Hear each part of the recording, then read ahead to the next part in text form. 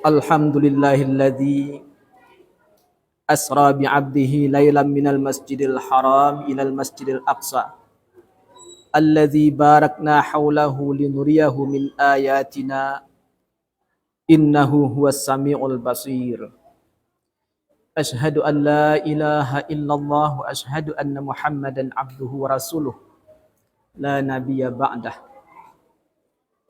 Allahumma fassalli wa sallim wa barik ala Muhammadin wa ala alihi wa ashabihi ajma'in.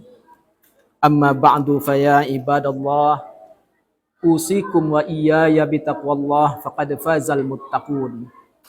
Ittaqullaha haqqa tuqatih wa la tamutunna illa wa antum muslimun. Qala Allah Ta'ala fil Qur'anil Karim, a'udzu billahi minasy syaithanir rajim.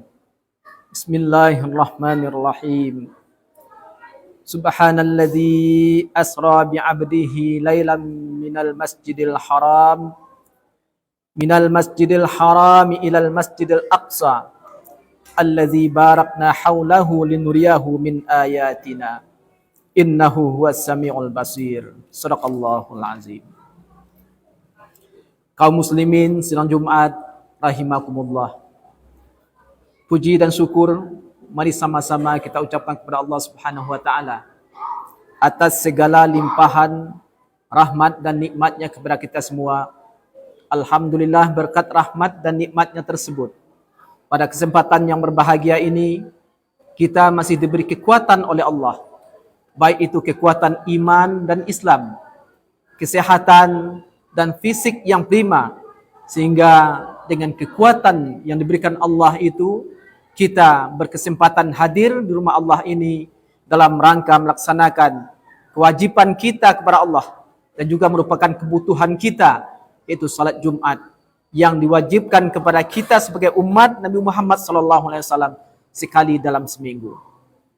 Selawat dan salam, mari sama-sama kita berdoa kepada Allah agar selalu dicurahkannya kepada Nabi besar junjungan kita Muhammad SAW. Allahumma salli ala Muhammadin wa ala ali Muhammad. Kaum muslimin sidang Jumat rahimakumullah. Sebagai khatib pada hari ini, kami mengajak kita semua, jamaah Jumat, hadirin, agar kita selalu meningkatkan iman dan ketakwaan kita kepada Allah Subhanahu wa taala. Meningkatkan kualitasnya. Kalau sebelumnya iman kita biasa-biasa saja, mari kita tingkatkan keimanan itu. Begitu juga ibadah kita, kalau yang selama ini biasa-biasa saja, mari kita tingkatkan kualitas ibadah kita itu.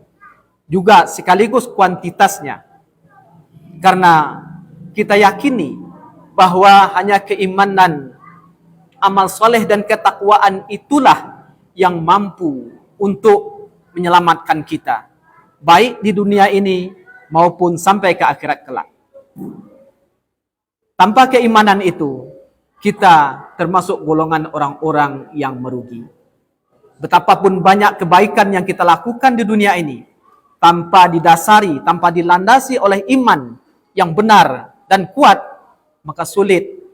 Karena itulah pintu masuk atau kuncinya di situ, keimanan itu. Dan keimanan harus didasari dengan ilmu pengetahuan yang cukup. Kaum muslimin sidang Jumat rahimakumullah. Sesuai dengan ayat yang telah dibacakan tadi, surat Al-Isra ayat 1, di mana momentum hari ini kita sudah melewati satu hari peringatan Isra dan Mi'raj, di mana seumur hidup manusia hanya sekali itu terlaksana Isra dan Mi'raj itu, yaitu yang dilakoni oleh Rasulullah Sallallahu Alaihi Wasallam. Banyak sekali hikmah yang terkandung di dalam pelaksanaan Isra dan Mi'raj itu. Namun pada kesempatan yang singkat ini, tidak mungkin semuanya akan bisa khatib jelaskan atau uraikan secara jelas dan rinci.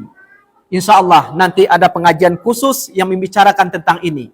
Dan juga pengajian tentang Isra dan Mi'raj ini adalah pengajian yang sudah berulang setiap tahun. Yang mungkin kita ada yang lupa. Namun ini akan diulang-ulang terus untuk kita lebih ingat dan bisa mengimplementasikannya di dalam kehidupan kita sehari-hari. Minimal pada kesempatan yang singkat ini, ada dua hal yang terpenting dari pelaksanaan Isra dan Mi'raj itu. Khatib juga tidak akan menceritakan bagaimana sebelum terjadinya Isra Mi'raj itu apa yang dialami oleh Rasul.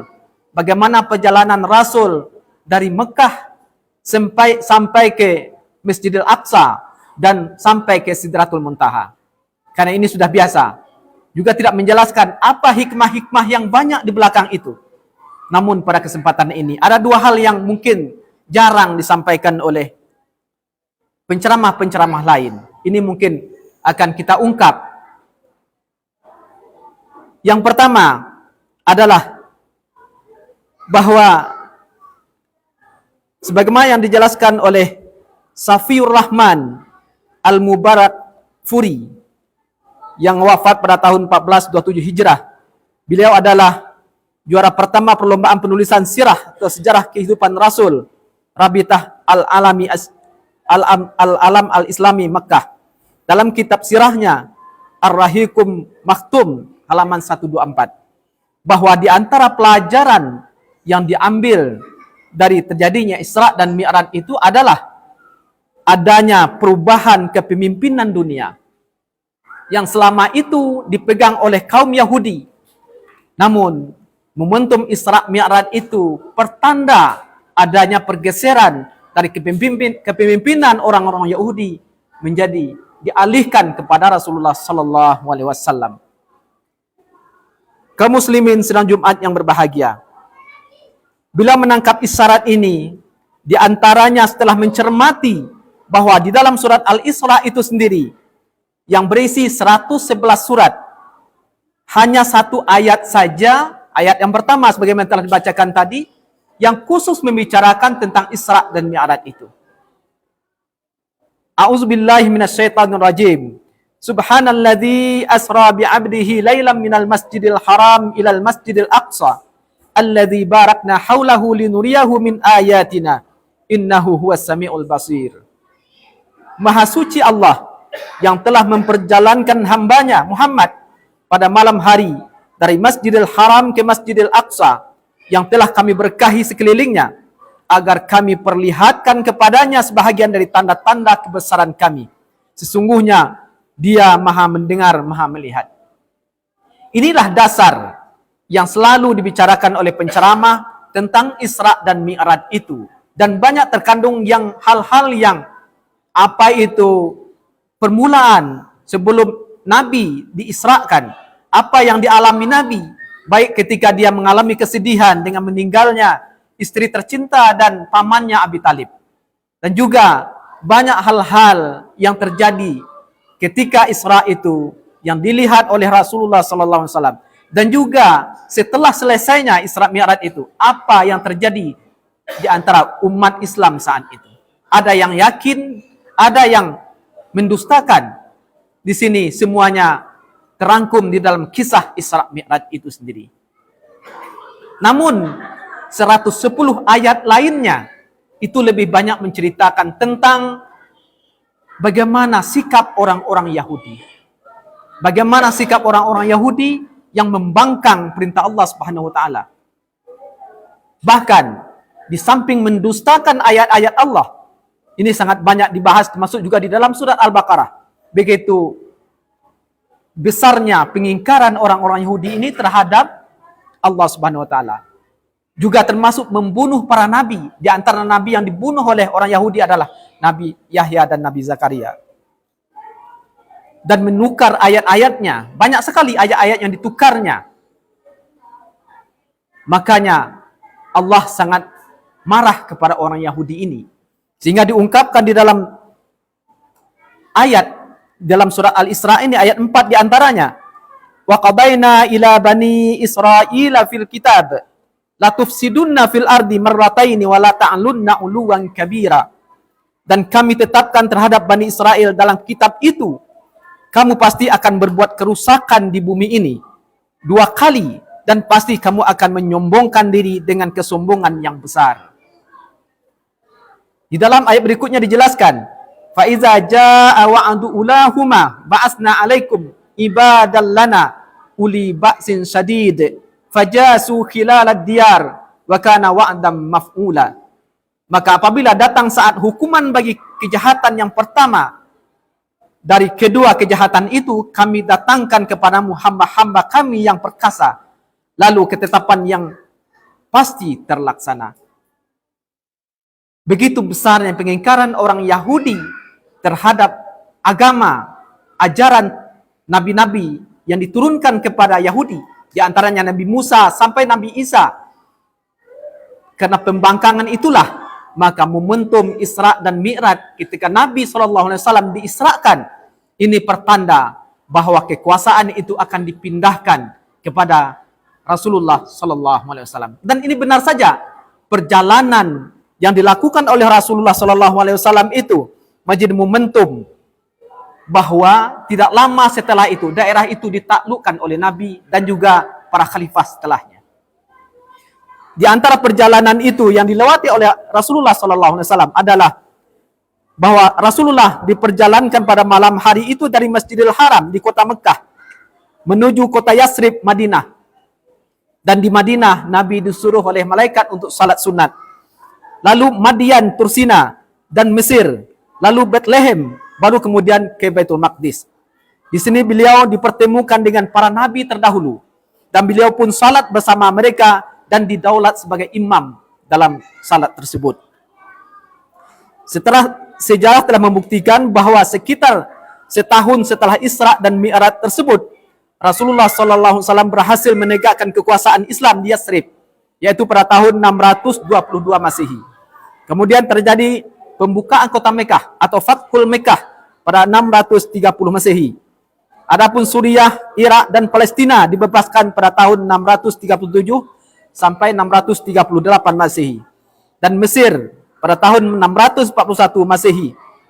Praktis sekitar 20 tahun pasca Isra dan Mi'raj tersebut, semua rute perjalanan Isra dan Mi'raj itu sudah berada dalam kepimpinan umat Islam.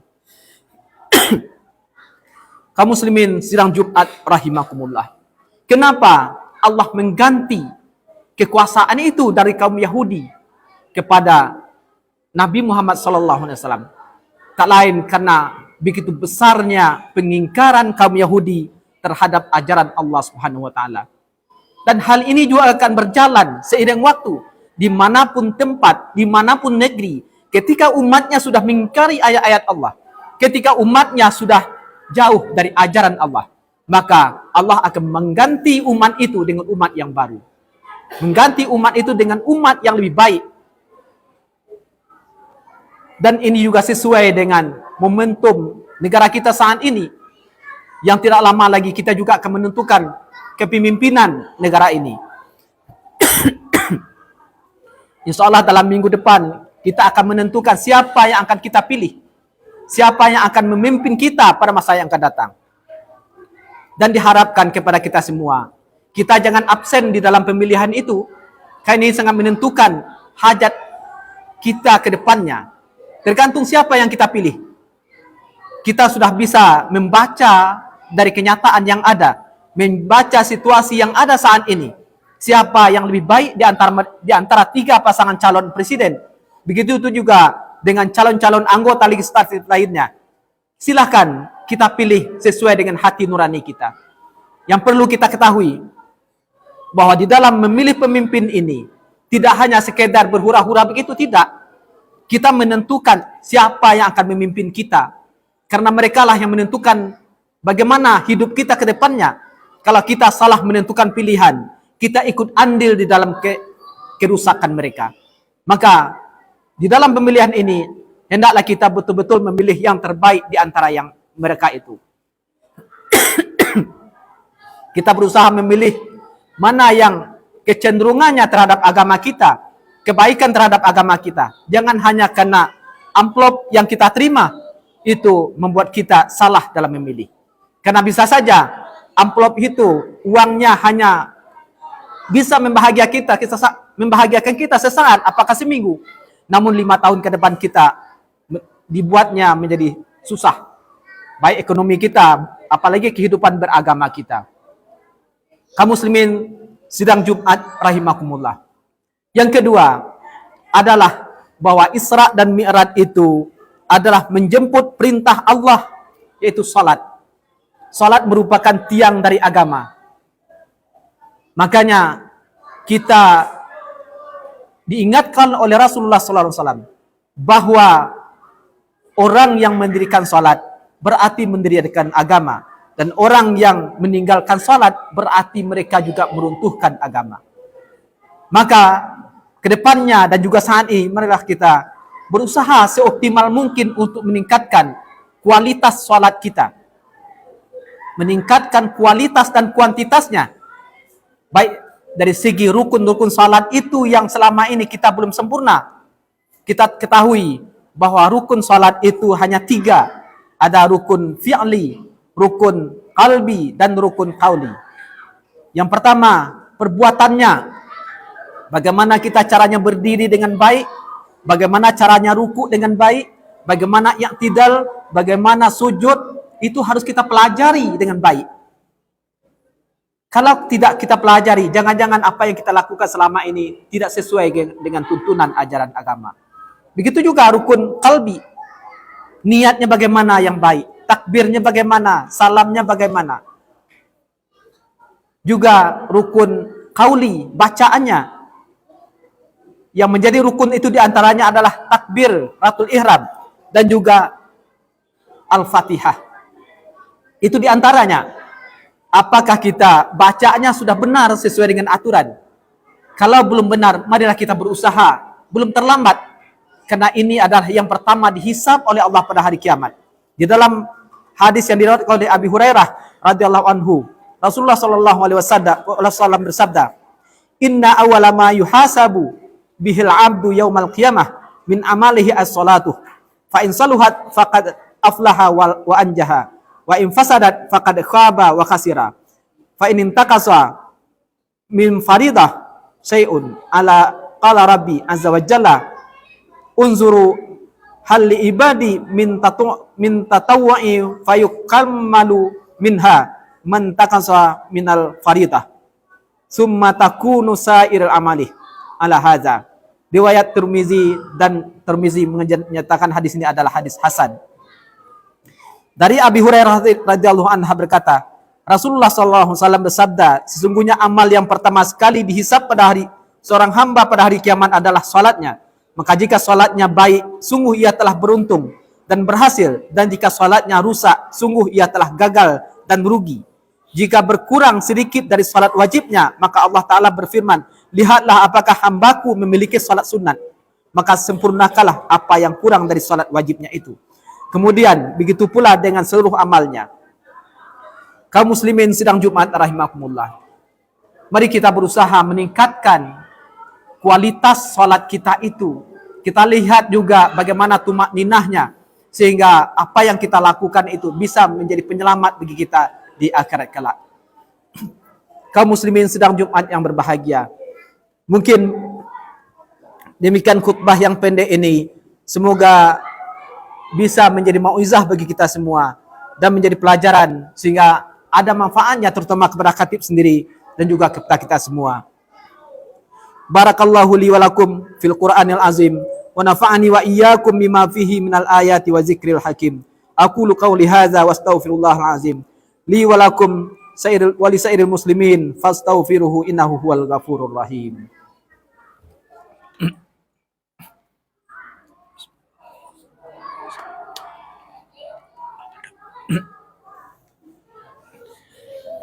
Alhamdulillahi rabbil alamin.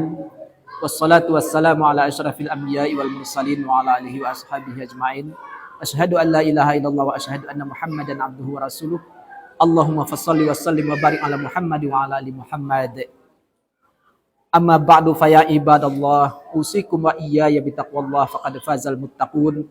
Ittaqullaha haqqa tuqatih wa la tamutunna illa wa antum muslimun.